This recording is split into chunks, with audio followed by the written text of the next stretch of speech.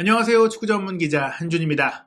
동남아시아의 월드컵으로 불리는 AFF컵, 지난 2020년 대회까지는 AFF 스즈키컵으로 불려왔던 동남아시아 챔피언십 대회가 이번 2020년 대회부터는 미쓰비시 일렉트로닉, 미쓰비시 전기회사가 새롭게 스폰서십으로 나서면서 AFF 미쓰비시 일렉트로닉컵으로 열리게 됐습니다. 그래서 이번 대회 간단하게 AFF컵으로 소개해드리고자 하는데요. 2022년 이번 대회는 그 어느 때보다 우리 국내 축구 팬들, 한국 팬들이 관심을 가질 요소들이 많습니다. 우선은 3명의 한국인 감독이 참가하고 있죠. 지난 2017년부터 베트남을 이끌어왔던 박항서 감독이 베트남 대표팀과 마지막 일정 라스트 댄스에 도전을 하고요.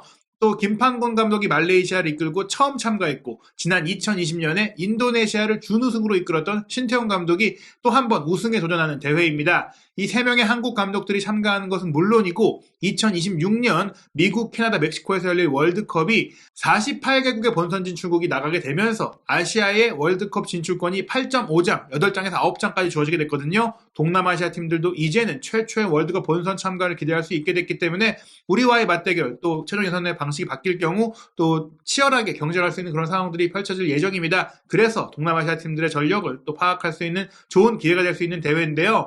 이번 대회에 참가 중인 한국 감독들 아직까지 무패를 달리고 있는데 인도네시아의 신태용 감독이 지난 대회 결승에서 만났던 태국과 B조 3차전 경기 너무나 아쉽게 비겼습니다. 1대1 무승부였는데 경기 내용도 그렇고 흐름도 그렇고 충분히 이길 수 있는 경기였어요. 선제골을 넣고 앞서가다가 후반 34분에 정말 뼈아픈 굴절 중거리 슈팅으로 동점골을 내줬는데 이게 얼마나 대단한 성과인지 지금부터 상세하게 소개해드리도록 하겠습니다. 먼저 인도네시아는 지금까지 한 번도 이 AFF컵에서 우승해본 적이 없어요. 다만 준우승은 많이 했기 때문에 동남아시아 지역에서 약체라고 볼 수는 없지만 인류로 올라가지 못하는 태국이라든지 말레이시아라든지 베트남이라든지 이런 팀들보다 조금 한 수 아래의 팀이라는 그런 이미지가 있었거든요. 심지어 싱가포르를 상대로도 확실하게 앞선다라고 볼 수 없었던 것이 인도네시아인데 신태용 감독이 부임하면서 말씀드린 대로 강력한 팀으로 변모했고 이번 태국과의 경기도 경기력에서는 충분히 앞선 모습을 보였습니다. 2020년 대회 당시에 신태용 감독이 처음 인도네시아 대표팀을 맡아가지고 참가했던 대회에서는 캄보디아의 4대2 승리, 라오스의 5대1 대승에 이어 박항서 감독이 이끌었던 베트남과 조별리그 맞대결에서 0대0으로 비기면서 팽팽한 승부를 했어요. 거기에 2018년 대회에서 베트남과 결승전에서 다퉜던 말레이시아를 4대1로 크게 이기면서 말레이시아가 탄첸호 감독을 경질하고 김판고 감독을 선임하게 되는 그런 흐름을 또 신태용 감독이 만들었었거든요. 그리고 나서 준결승에 올라가서는 싱가포르를 꺾고 결승까지 올랐는데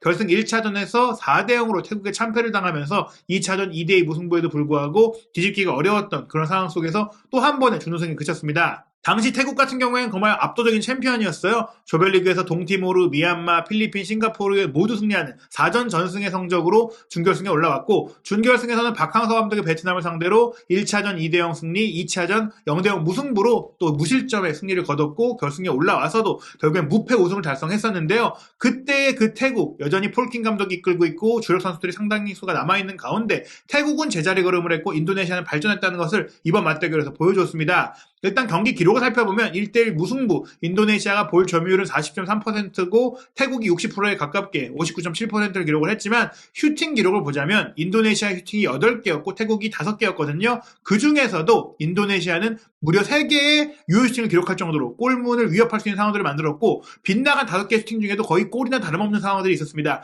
경기 내용으로 보자면 충분히 인도네시아가 이겼어야 된다고 볼 수 있는 내용이었는데요. 신태용 감독이 이끌고 있는 인도네시아는 4-2-3-1 포메이션으로 경기를 했는데 굉장히 선진적인 유럽식의 최신식 세련된 축구를 보여줬어요. 등번호 2번을 달고 있는 하유리 선수가 최전방 스트라이커로 뛰었는데 고정적인 롱볼을 받는 선수가 아니라 풍부하게 움직이면서 가짜 9번에 가깝게 폭넓게 측면과 이선을 오가면서 유기적인 플레이를 펼쳐줬고 애기 선수와 이리안토 선수도 좌우 측면 사이드 체인지를 활발하게 펼쳐줬고 좌우 윙백인 아마트와 아스나이 같은 경우에는 아마트가 조금 센터백으로 좁혀 내려와서 비대칭 3백이 되고 아스나이가 오른쪽 측면 공격수에 가깝게 올라가는 유기적인 3백과 4백의 변화를 가져갔습니다.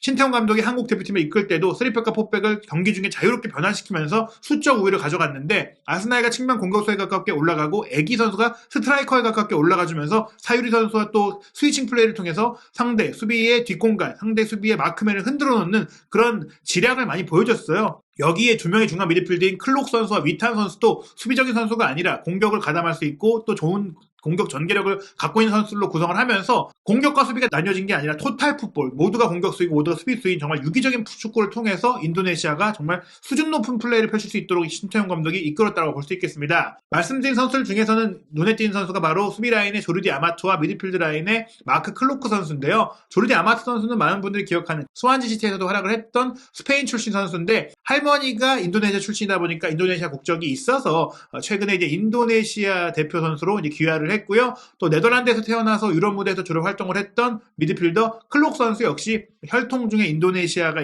분이 있어가지고 인도네시아를 결정을 했습니다. 또 위탄 술레이만 선수 같은 경우에는 지난 대회에서 굉장히 좋은 활약을 펼쳤던 선수잖아요. 중앙 미드필더로서 공격 능력, 득점 능력을 갖고 있는 선수인데 이 선수 같은 경우에는 슬로바키아 리그에 진출을 해서 또 슬로바키아 무대를 누비면서 21살의 어린 나이로 이제 신태용 감독이 발탁을 해서 기대를 보내고 있는 이 선수인데 이날에도 좋은 플레이를 펼치긴 했지만 정말 결정적인 빅찬스 미스를 기록했던 점이 좀 아쉬웠습니다. 이번 신태용 감독의 인도네시아 대표팀에서 조금 전력 공백이 있었어요. 지난 2020년 대회에서 준우승을 차지할 때 좋은 활약을 펼쳤던 수비수 엘칸 바고 선수가 당시에서의 활약을 바탕으로 잉글랜드 4부 리그 클럽이 질링엄으로 이제 이적을 했거든요. 질링엄에서 시즌 중에 열리는 대회에 차출을 좀 거부하면서 오지 못했는데 질링엄 같은 경우에 아시다시피 최근에 황희찬 선수가 카라바오컵에서 만났던 팀이기도 합니다. 그리고 벨기에 리그에서 뛰고 있는 선수라든지 뭐 일부 유로파 선수들이 이번에 오지 못한 가운데 그래도 안산에서 뛰고 있는 아스나이 선수라든지 또 지난 대회에서의 활약을 바탕으로 J리그에 진출한 아르한 선수라든지 지난 대회 주력 선수들이 더 성장했고 더 발전한 그런 팀이지만 일부 전력 노선이 있었다고 볼 수 있겠습니다. 반면 디펜딩 챔피언 태국 같은 경우에는 지난 대회 우승 멤버가 고스란히 남아있는 데다가 또 차출하지 못한 선수도 없기 때문에 더욱더 강한 전력이라고 생각할 수 있었는데요.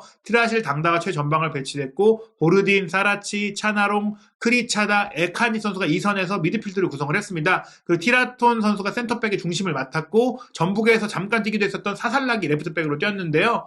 이번 경기 태국의 공격을 전반전에는 인도네시아 선수들이 완전히 제압을 했어요. 신태용 감독이 신출귀몰한 공격 축구를 펼치기도 하지만 또 수비 압박도 굉장히 좋고 수비 조직을 만드는 데 있어서도 뛰어난 감독이거든요. 이 장면을 보시면 태국이 정말 티키타카도 하고 좋은 기술을 갖고 있는 팀인데 문전 종황으로 짚혀서 태국 선수들이 가운데로 침투할 수 없도록 정말 오밀조밀한 컴팩트한 압박을 통해서 완전히 공격을 공세하고 상대가 후방 빌드업도 하고 전진하더라도 전방 압박보다는 뒤에서 막아내고 그 뒷공간을 때려 넣는 그런 축구. 어떻게 보면 상대가 올라올 수 있도록 허용해 놓고 그 뒷공간을 노리는 좀 전략적인 면을 신태용 감독이 잘 활용을 했습니다. 이렇게 상대를 끌어들인 이후에 뒷공간을 빠르게 습격했다고 말씀을 드렸는데 전반 8분에도 중앙 지역에서 두 차례 패스 연결을 왼쪽 측면으로 이동했던 애기 선수의 크로스 패스로 연결해서 중앙 공격수인 사유리가 오른쪽 측면으로 이동하면서 애기와 사유리의 위치가 완전히 바뀌었잖아요. 그런 상태에서 사유리 선수가 슈팅까지 가져갔는데 태국 선수의 손에 맞고 이 슈팅이 불발됐음에도 불구하고 페널티킥이 선언이 되지 않았습니다. 이번 대회 아쉬운 점이 IFF컵이 충분히 좋은 스폰서를 갖고 있음에도 불구하고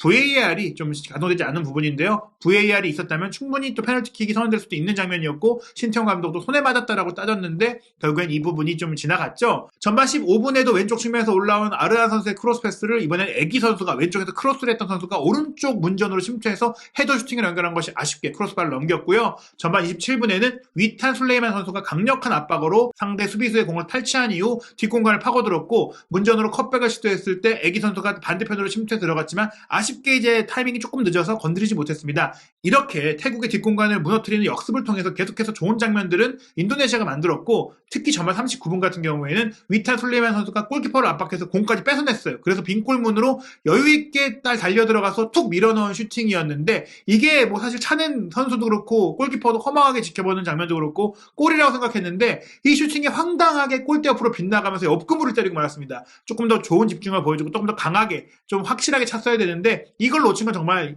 역대급 빅찬스 미스가 아니냐 생각할 수 있는 장면이었어요. 신태용 감독도 당연히 들어가겠거니 하고 보고 있다가 옆구무를 때리자 정말 좌절하고 무릎까지 꿇는 그런 상황이 나왔는데요. 하지만 이렇게 주도적인 경기를 펼친 인도네시아는 결국 후반 4분에 선제골을 넣을 수 있는 기회를 얻게 됩니다. 아스나이 선수가 과감하게 오버래핑해서 공격까지 치고 들어갔고 상대 문전에서 시도한 왼발 슈팅이 티라톤 선수의 팔에 맞고 이번에는 확실하게 주심이 이걸 포착하면서 페널티킥이 선언이 됐거든요. 키커로 나선 클로크 선수가 깔끔하게 성공시키면서 인도네시아가 1대0으로 리드했습니다. 여기에 후반 17분에는 태국이 끌려간 상태에서 총공세를 펼치다 보니까 뒷공간을 더 많이 날리게 됐거든요. 이때 신태용 감독이 교체 투입했던 람다니 선수가 화끈한 돌파로 측면을 치고 들어가는데 산나와 선수가 정말 말도 안 되는 거친 태클, 발바닥을 들고 허벅지를 가격하는 충격적인 태클을 하면서 주심이 다이렉트 퇴장을 선언을 했죠. 1대0 리드의 수적 5위까지 가져가면서 인도네시아가 충분히 승리를 가져갈 수 있는 흐름이었는데 후반 35분 태국 선수가 시도한 슈팅이 정말 잊기 어려운 행운 속에 동점골로 이어졌어요. 하라치 유엔 선수의 중거리 슈팅이 수비를 막고 굴절되면서 골키퍼가 막을 수 없는 궤적으로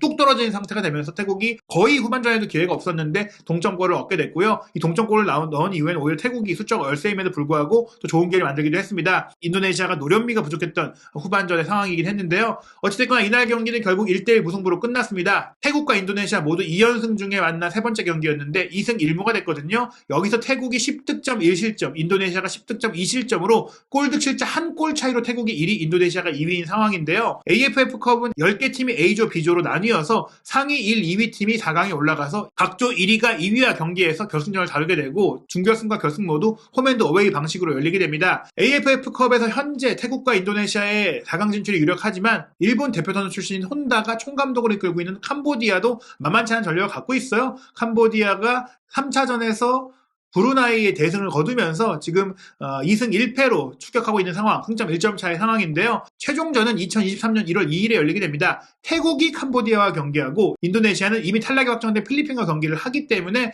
인도네시아는 무난하게 4강에 오를 것 같고 태국도 뭐 객관적인 전력을 봤을 때는 캄보디아에게 지지 않을 것이 좀 유력하기 때문에 결국엔 태국과 인도네시아가 4강에 오를 것 같은데 그래도 1위로 올라가야 상대 다른 조의 2위를 만날 수 있기 때문에 인도네시아가 지금 대진 흐름을 봤을 때는 충분히 또 1위를 차지할 수 있는 가능성이 있다. 그런데 어차피 우승을 노리는 상황이라면 1위로 올라가든 2위로 올라가든 뭐 상대 쪽에서 올라오는 팀을 넘어야 됩니다. 흥미로운 것은 A조에서 4강 진출 유력한 팀들이 모두 한국인 지도자가 이끄는 팀들이라는 것인데요. 박항서 감독의 베트남이 2승으로 현재 1위고요. 김판고 감독의 말레이시아가 베트남의 3대0 패배를 당하면서 2승을 달리다가 지금 2승 1패가 된 상황이에요. 남은 일정을 살펴보면 우리 시간으로 12월 30일에 베트남이 싱가포르와 경기를 치르고 1월 3일에 베트남 대 미얀마, 말레이시아 대 싱가포르의 경기가 열립니다. 싱가포르도 만만치 않은 전력을 갖고 있는 팀이기 때문에 말레이시아가 현재 1패를 안고 있는 상태에서 4강 진출을 장담할 수는 없겠지만 그래도 최근 이번 대회에서 보이는 경기력을 보자면 베트남과 말레이시아, 인도네시아까지 한국 감독이 이끄는 팀들이 모두 4강에 오르고 또 우승을 노릴 수 있을 것으로 보이는데요. 현재 동남아시아 축구의 4강 전력을 보더라도 태국, 베트남, 말레이시아, 인도네시아로 볼 수 있거든요. 이번 대회 과연 한국 감독이 이끄는 팀이 우승을 차지할 수 있을지, 베트남을 이끌고 마지막 대회에 임하는 박항서 감독이 우승으로 유종의 미를 거둘 수 있을지, 또 신태용 감독이 지난 대회 결승에 아쉬움을 분풀이할 수 있을지, 그리고 감독으로 돌아온 대한축구협회 전력강화위원장 출신인 김판공 감독이 말레이시아와 함께 우승할 수 있을지 너무나 흥미진진하게 펼쳐지고 있는 동남아시아의 월드컵, AFF컵 소식도 한준TV에서 정리해서 또 최신 소식 전해드리도록 하겠습니다.